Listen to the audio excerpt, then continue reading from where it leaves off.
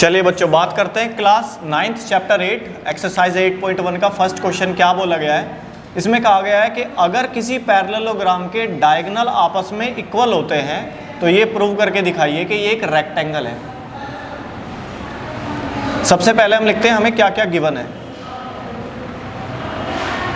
किसी भी पैरेललोग्राम में हमें यह पता है कि आमने सामने की लेंथ इक्वल होती है, तो A B equals to D C पढ़ा जाएगा, A D equals to B C पढ़ा जाएगा।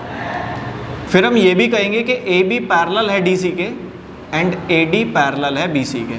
किसी भी पैरेललोग्राम की सबसे पहली प्रॉपर्टी ये है कि अपोजिट पेयर आपस में इक्वल तो होते ही होते हैं, पैरेलल भी होते हैं। ये पेयर आपस में इक्वल तो है ही हैं, पैरेलल भी हैं, पर हमें प्रूव ये करना है कि अगर इसके डायगोनल आपस में इक्वल हों तो ये भी गिवन में पढ़ा जाएगा।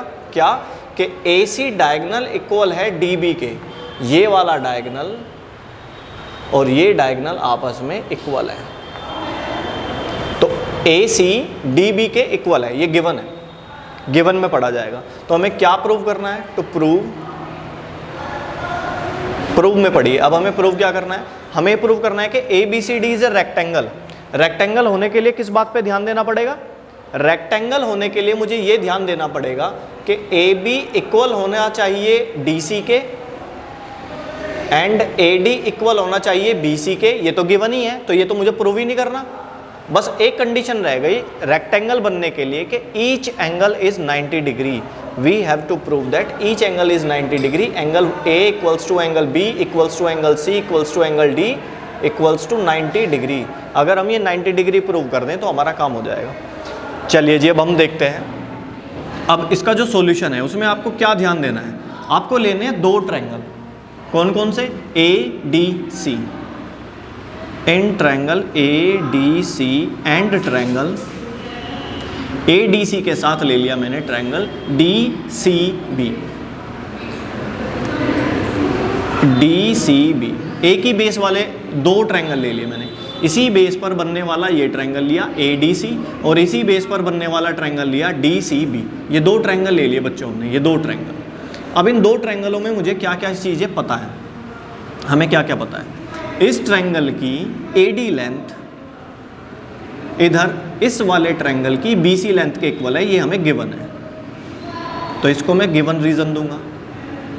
दूसरी बात देखते हैं, ए डी सी ट्रायंगल की ए सी लेंथ जो डायगोनल है ए सी लेंथ और डी सी बी ट्रायंगल की बी डी लेंथ के इक्वल है, ये डायगोनल आपस में गिवन इक्वल बोले उन्होंने, तो ये भी मैं गिवन में पढ़ूंगा। फिर मैंने पढ़ा ए डी सी ट्रायंगल की डी सी लेंथ जो बेस है वो बराबर है डी सी बी ट्रायंगल में भी वही बेस यूज हो रहा है डी सी, इसको कहोगे आप कॉमन। तो तीन लेंथ इक्वल होने की वजह से आपने कह दिया कि ये ट्रायंगल आपस में है कोंग्रेंट। अब कोंग्रेंट नाम बताने के लिए आपको ध्यान से देखना पड़ेगा। कोई सा भी आपने पेयर ले लिया, पहले दो पेयर लेके आप नाम बनाना चाह रहे हो, आपने देखा इन दोनों में कॉमन है ए जिसको आपने बीच में लिखा, इधर दोनों में कॉमन है बी, आपने इसको बीच में लिखा। फर्स्ट पेयर पे गौर कर रहे हैं कि ए के साथ बी लिखना है जो आपने लेफ्ट में लिखा, और इधर बी के साथ सी लिखना है जो आपने लेफ्ट में लिखा। इधर ए के साथ सी लिखना है आपने राइट में लिखा, और इधर बी के साथ डी लिखना है ये आपने राइट में लिखा।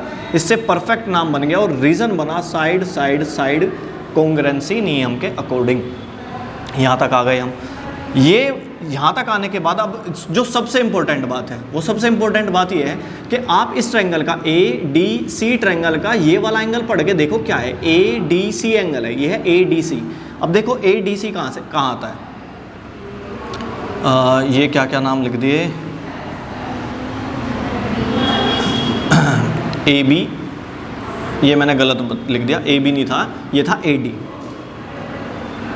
सॉरी यहाँ पे मिस्टेक हो गई, ए डी था ये, तो ये बनेगा ए के साथ डी। अब देखो इसका इस एंगल का नाम पढ़ते हैं हम ए डी सी। यहाँ पे मैं ए डी सी कैसे पढ़ रहा हूँ, सेकंड फर्स्ट थर्ड।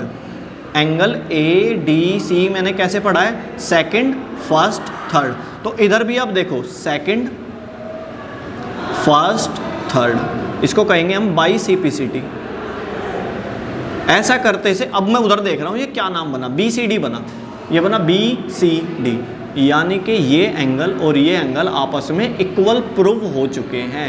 और मुझे पता है कि किसी भी पैरेललोग्राम में, अब ये इंपॉर्टेंट बात है, किसी भी पैरेललोग्राम में, इस बात पे गौर करो, किसी भी पैरेललोग्राम में एक ही साइड के एंगल का सम, इस एंगल का और इस एंगल का सम 180 होता है, क्योंकि अपोजिट एंगल आपस में इक्वल होते हैं, ये एंगल आपस में इक्वल होंगे और एक ही साइड के एंगल्स का सम 180 होगा, इन दोनों एंगल्स का सम 180 होगा, ये एंगल आपस में इक्वल होंगे, ये एंगल इस एंगल के इक्वल होगा, opposite angles are equal, opposite equal होते हैं और एक ही साइड के एंगल्स का सम 180 होता है। तो हम कहेंगे कि एक ही साइड के एंगल हुए ADC,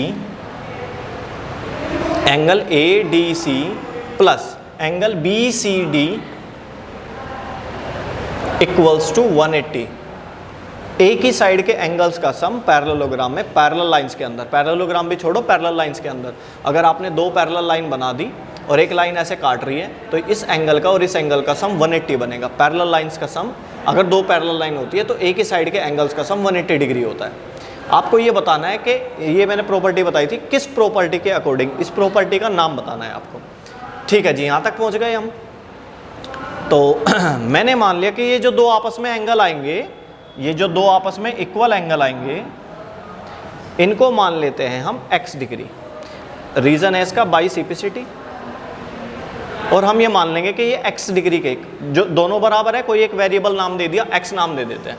तो मैं यहाँ पे लिखूंगा इस एंगल की वैल्यू x, इस एंगल की वैल्यू x इक्वल्स टू 180। आपको साफ साफ दिखाई दे रहा है 2x 180 के इक्वल है, तो x की वैल्यू कितनी होनी चाहिए, 180/2, जिसको हम पढ़ेंगे 90 डिग्री। तो angle ADC equals to angle BCD equals to 90। So we can say that